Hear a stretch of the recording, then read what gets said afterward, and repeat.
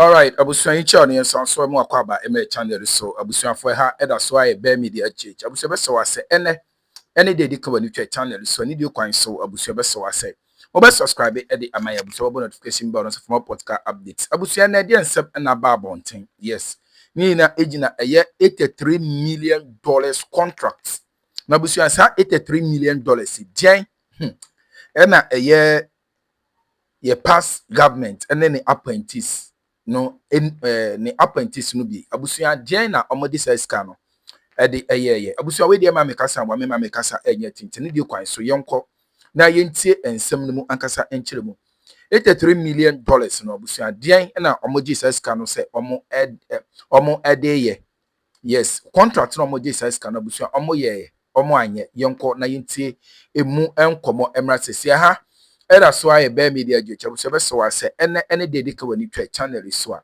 abusuan be so wase obe subscribe e de amaye bobo notification bell no so for more podcast updates. These guys have shortchanged us.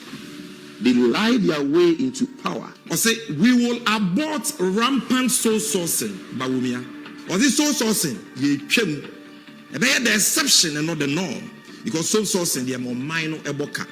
So when you want some any edible for when you want some edible bem. The Speaker will minimize sole source procurement to encourage competition, competitive bidding, and enhance public transparency in the procurement processes. Single source procurement must be the rare exception rather than the norm. We must also subject government projects above a certain threshold to value for money audits. But that is government bleeding. Everybody cutting their pound of flesh. That must stop. Mr. Speaker, we are bringing legislation to this House to tighten our procurement processes by banning sole source contracts, except in exceptional circumstances, except in exceptional circumstances, except in exceptional circumstances. And indeed, Mr. Speaker, there's spurious information online that 76% Honorable of Minister, just go ahead with your projects statement. were sole source is also false. Only about 44% of those projects were procured through sole sourcing. And I state on record, Mr. Speaker, we are making progress as a House and as a country to make sure that much of our procurement is done competitively. But that is why I'm saying that those who claim to have done this so-called analysis based on data we submitted to them freely didn't help the country. Because if they did due diligence, they would have known that those percentages they put outside were pure fabrications and false. Amijan Esquire, a National Communications Officer, Adema Elisa Manyo Kona, one Sanya CEO, Edema Ghana Good Board, and our Tenenka, na sa time in the war chilem, Dientia na a year under the year of rose, na ye so sourcing. Near the contract, Ademema, a Nipebia Yem Yamukrana, Yemu Niema, a Romo. To the extent, say, the former vice president, our one say flyby Adema MPP Amanyo Kono, Alhaji Mahmoud Bawumia, one in ya, ye man contract, road contract in Yenua, ne ye so source, amounted to 83 million Ghana cedis, Titiscan 830 billion. And the demand will require yem competitive tendering. Me was okay, way. Yam for the NAM fan ye. And no, and no work can want some. Now, what chilemu, sat no, a yadiana, and milky womino. Gos, Sikakra yadibatus no, na kuku, na aquasia, na quaco show in chain, not woman for scan no more the yadi omobeye. Now, another ya, me know what they can say. The Minister for Roads and Highways, Honorable Kwame Agboja Gavins Wakasa, was say, Sir, so yeah, did that MPP for no more big push project are a cost of 44% of it per NAS source. 44% of it. It's young kind, now fish, and on that was Mr. Speaker. It is important to note that only 44% of all major contracts, including big push contracts awarded by ministry under President Mahama, were procured through sole sourcing. 44%. And this 44%, are Ghanaian contractors. And one more ISR sole sourcing in the Amomo. most of this contract crown na contractors ni bi wo hode da womo and the MPP ni ade sa ekwan ni ma wo so omonye but because there was no dedicated funding for this project woman ntimi anya kwan no but na contract ni da ho awo breko sika bia ni ba bia na MPP fo yi say sika we ni nti no yakoye ebi ni mo ho so a ye the contract ni me ma wom ati say wuntumi ane Bawumia enuanom brothers na wom ko gigi sa contract no wom for certificate kra maye say adwuma ya ye ni ye certificate ni wuntumi for instance Cocoa Road Contract no akwa gibi ni e di sika na ma no wono so ekwan no onye oye nso obe ni sapete no minor boka eno ni ade a yehunu ye eti NDC abayi the road minister honorable Akroma government waba chire mu say out of the overall 400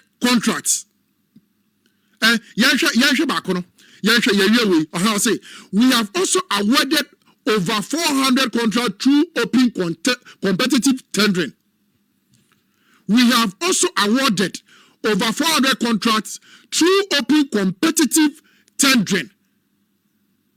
And out of the 400 contracts, through competitive tendering, no, 44%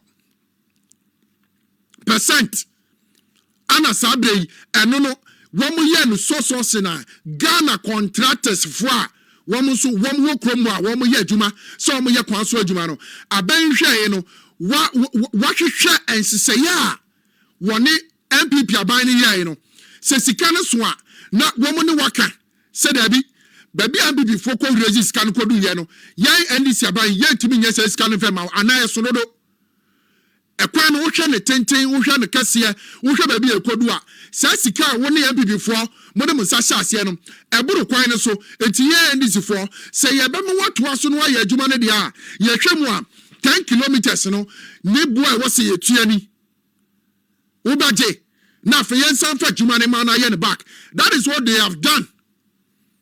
And when did this contract, road contract, no, asenya me ma Ghana for when we contractors. And ye jino some monitor. Say when we buy a coin one. Now, me buy yebesha during the MPP's administration, year of Rose, and na asensu buati eye Roads and Highways Minister. Yanko contractors no, a kwanya wafaso edi a kwano emma wom sika wotuai. Pothole keke, pothole, sika asensu buati under him as Roads and Highways Minister. Wotuai ni yanko. Enti asensu buati bra no ye Roads and Highways Minister. Womo se sabre big push no sika no so se do so say no mu ye dede no yankan emfisu won ye say pothole patching, sectional repairs and resealing of arterial roads in Oforikrom, Bantama and Subin sub-metro. And on kwa keke no length near 2.30 project cost no 2,206,690,000 Ghana cedis. Potholes. Say a kwani da hodi da ho. Yaya kwani na iwe. Nemo potholes aba kwani num. Eti yan Philip potholes ni enya reselling. Ewo Bantama. Ewo Oforikrom. Ewo Subin. Ane ne mpatem no. Asensu buache. Say a cost 2,206,690,000 Ghana cedis. Ewo my Ghana mua. Asensu buache. Potholes and reselling. Sika kosti o mani. Yanto aso ni ehwe de so. Rehabilitation of selected roads in Bantama and its environs. Phase 1 Kumasi. Yanhwe de kosti o man Ghana. Ha, everybody yesu. 143 billion 395 million 628.95 Ghana cedis. These people before Mokoya Pressa, the former Roads and Highways Minister, as a Subuachi Jinaho, the spell says Susan and him, when Timmy and Pressa Nanya, or the ranking member on Roads and Highways, Roads and Transport, I will not say, Nasa Subuachi Jinaho. One was your former roads and highways minister. No, one to me and share potholes and reselling. A camel ball my way. Just potholes and reselling. Shesika Ghana Elusuye under the MPP. And ne Ghana ni ben ne a crying big push air cost run. Ghana ni ben ne ye. I want in Batemu. But be our found Maimu, I was 16 regions, almost all the 16 regions. Big push project account. Ye to 2 acquires so. Ye gatters, ye bebusu, now the Kafaso and Wato, MPP for 1 day to over 2.2 billion Ghana cedis. A year potholes, a year reselling. And neck, one must say that be so sauce war, big push no do, 1 month here. Yan toss in the no matreno. As a rehabilitation of selected roads in Bantama and its environs, phase 2.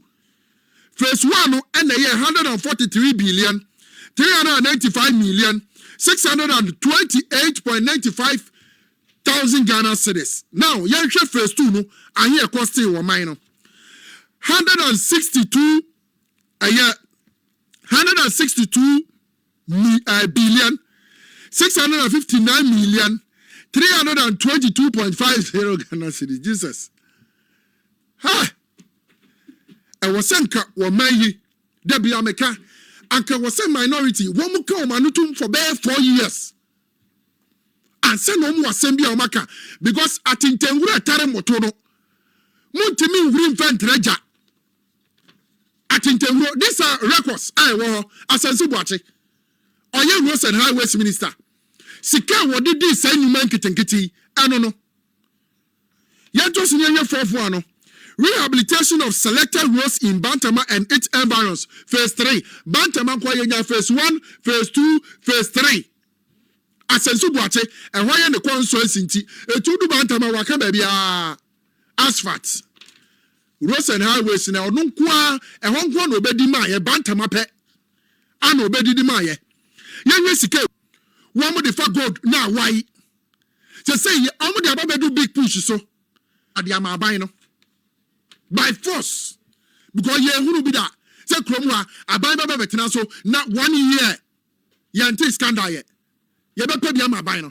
Yes, you better to moi. More the bar, ye better. Near be minded to be a bad leadership, but I'm afro yenya. A free another crow, ya namo be a betuno, and yes, and ye bokwan pebidia to a my mano. Yem bokwan, yes, sassy bokwan pa. Ye political party. Agripa woni tirimu asabi. So obatena so a wo ye Ghana boni a wosuro. Anya MPP for won betimi afa na $100 million. No mo de atu amana wo rate. Say wo mo $178 million sika ne yehu. Aslo usu ni nam ho. Anya MPP for PDS Monfa Bank Insurance mbra na Break-Bawumia Addo na aye in normal insurance. No more the Ababa Ghana for Sika 7 to 8 months. Ghana Sika in our PDS of Wadi Bapemene. And these people, they still have mouth to talk. Some movement to me or my Ghana ye. Money Wadi and Yawa Hamamo. Yejinam Kromwa Yabema Obia will say, Muya Nipa Bonfo. And the Muya be a ye da. And before. Messi Yama NDC 40 years continuous. Move your mind so Mutia, Omutia Yantinum. Wamutia Yantinum. Yampewe, Muya Bebo Muja. Niema MP dead. Dia wudi Ghana sika ya wo Bantamankwa. Bantamankwa Yankike sika wa hambom.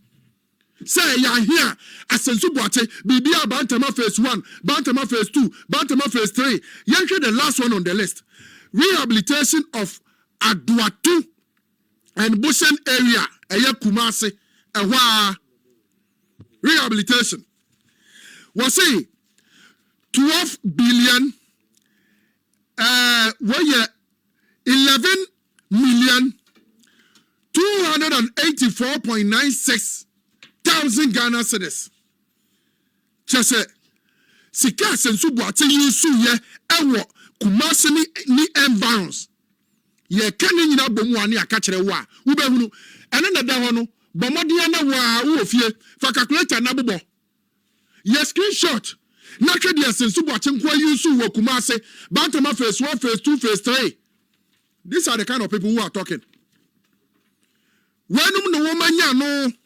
Oh, Dabi, yanya anki yebeye ni ye. Yanya anki yebeye ni say. Ayan pipi. Krono oma bomb man. Under the year of Rose.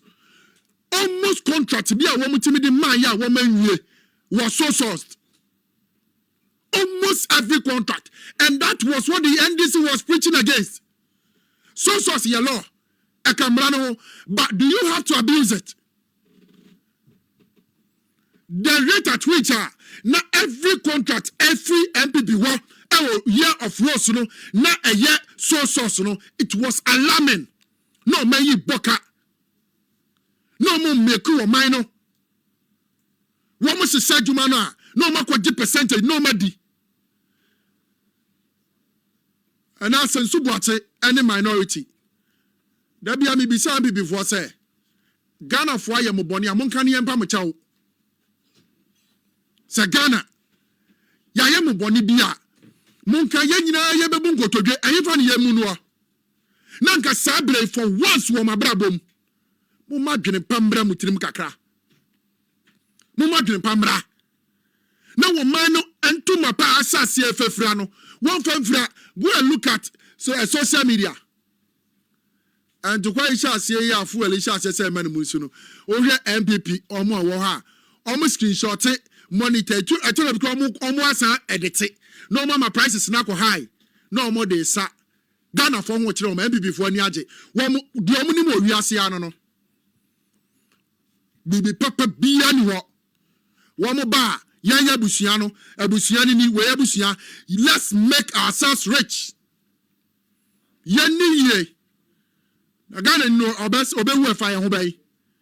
Ti yakoto aba watachimai. Nipa 8 ni mabo muti okom. Your Excellency, ya twa yo. San hwehwemu ni nyina mini se wabato wo. Ya twa si ebe hu no. De enti nipa 8 ye bo muti okom wo motachimai. MBB. Edi mochia. De ebesi wo kromu ano. Enye ye abuso yenko. Na fe yenko hwe Victory Garlic Mr. Formra. Edru omo wo ne